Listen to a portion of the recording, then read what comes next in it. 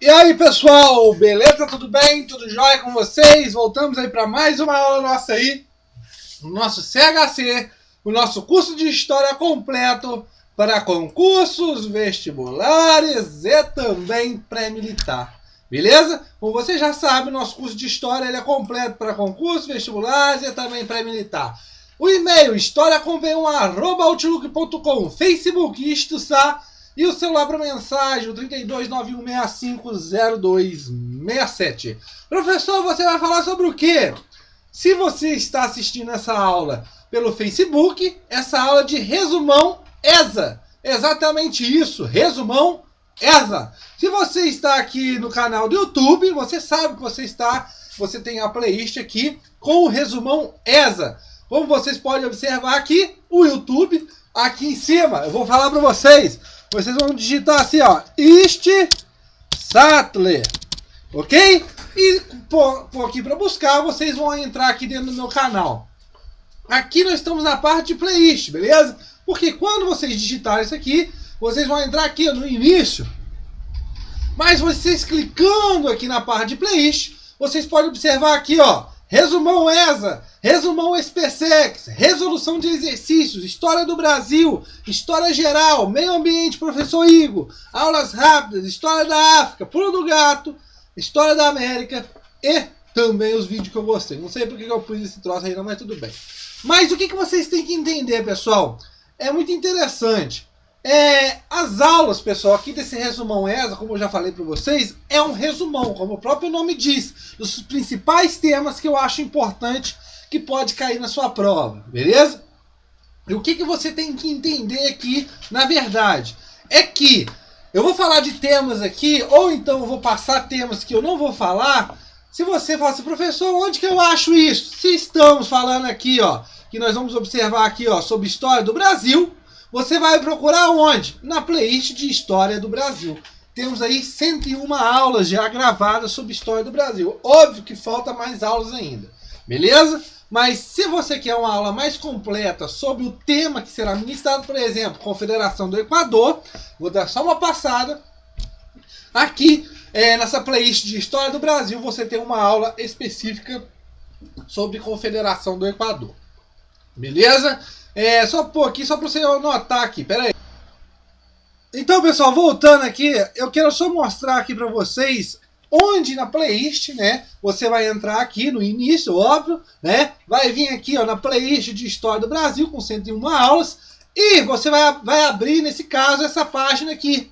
Você observa aqui, ó, Independência do Brasil, parte 1, Independência do Brasil, parte 2, a volta do rei, a Inconfidência Mineira, Primeiro Reinado, parte 1, Primeiro Reinado, parte 2 e Constituição de 1824, Confederação do Equador, abdicação de Dom Pedro I, período regencial. Então, pessoal, está bem detalhado as aulas aqui dentro dessa playlist de História do Brasil, beleza? Se você está da SPSEX aí, também tem a parte aqui de História Geral, ok? Mas História do Brasil, você clicando aqui nessa playlist, vai te encaminhar nessa lista aqui toda de aulas aqui que tem. Olha aqui, ó, playlist História do Brasil, professor. Então tem várias aulas, a Revolta do Rei, Confederação do Equador, revoltas provinciais e tudo mais. Aqui nessa aula, como eu já falei para vocês, é um resumão sobre o quê? Sobre a ESA. Beleza? O próprio nome diz resumão. E você que não ainda está adicionado no Facebook, né? O Facebook Istuçá, né? Onde aqui eu posto algumas aulas do meu canal e também posto vários exercícios. Beleza? Tranquilo? Então, adicione aí também no Facebook, se possível. Então vamos começar a nossa aula. Vamos falar sobre o resumão ESA, parte 4. Exatamente isso. Falamos já de sistema colonial, falamos sobre a crise do sistema colonial e agora vamos falar sobre o quê? Primeiro Reinado, de 1822 a 1831. Pouco tempo, porque Dom Pedro I abdica nesse momento, ok? Primeiro Reinado. Vamos falar então. Nasce com dívidas. O que nasce com dívidas? Pessoal, o Brasil, quando se torna independente, ele nasce um país novo, nasce monárquico, em volta de inúmeras repúblicas em volta da América, mas ele nasce ainda pior ainda, endividado. Por quê? Os Estados Unidos reconhecem o Brasil através da doutrina Monroe e tudo mais, mas Portugal vai reconhecer a independência do Brasil, óbvio, através de um pagamento de uma dívida, que essa dívida o Brasil não tinha dinheiro para pagar, né, esse preço, e ele vai financiar esse dinheiro de quem? Vai pedir emprestado de quem? Da Inglaterra. A Inglaterra dá esse dinheiro para o Brasil. Só que o Brasil, nesse momento, nasce já endividado. Beleza? E o que nós temos que entender? Pessoal, a independência do Brasil se dá pelas elites. A elite que gera essa independência. Tem uma frase que fala que o povo assistiu apasmado, né? Ou seja, o povo em si não participou desse movimento de emancipação. Essa independência, pessoal, muitas vezes a ideia tal de liberal, mas muitas vezes vai levar que serão privilegiados grande parte da elite da antiga colônia, ou seja, da elite do Brasil. Beleza? A Constituição de 1824. O Brasil nasceu, né? Ele está já emancipado, precisava de uma Constituição para se reconhecer frente a outros países. E nessa Constituição vai nascer de 1824. Mas antes de falar dela, temos que falar que, primeiramente, que em 1823, pessoal, em 1823 é aberta uma Assembleia Constituinte. O que seria essa Assembleia Constituinte? Seria um grupo de pessoas, né, que iriam votar a nova Constituição do Brasil. Ok. Essa Assembleia começa a dar inícios, né? Mas só que várias partes dessa nova Constituição, que seria chamada Constituição da Mandioca, mas por que esse nome? O nome se dá porque as pessoas que iriam votar naquele momento tinham que ter tantos alqueires de terra de plantação de mandioca. Mas essas pessoas que estavam elaborando esses constituintes que estavam elaborando essa nova Constituição, eles vão atacar em muito os poderes do imperador.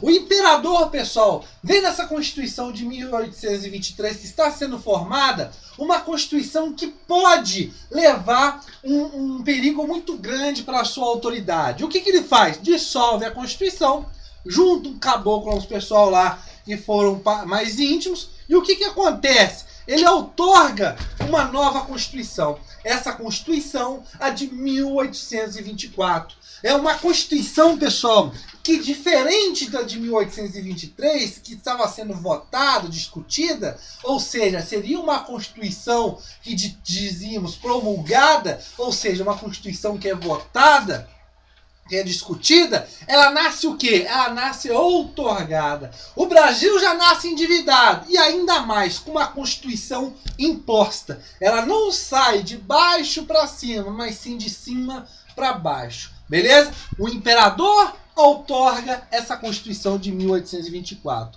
Professor, nós temos... eu sei que nós temos outra Constituição que é outorgada, sim, a de 1937, a polaca, né? A lá do Estado Novo da Era Vargas, mas isso nós vamos ver mais na frente. Tem uma discussão numa Constituição da ditadura militar, no começo da ditadura militar, mas isso é para outros casos, beleza?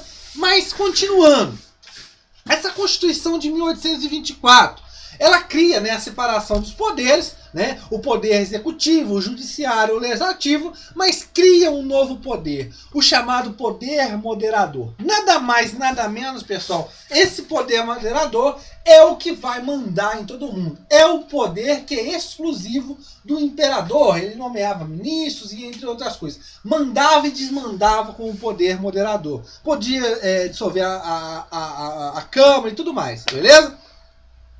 Outra característica dessa Constituição, o voto censitário. Ou seja, determinava que quem seria votado, né, quem iria votar e ser votado, tinha que ter uma determinada renda.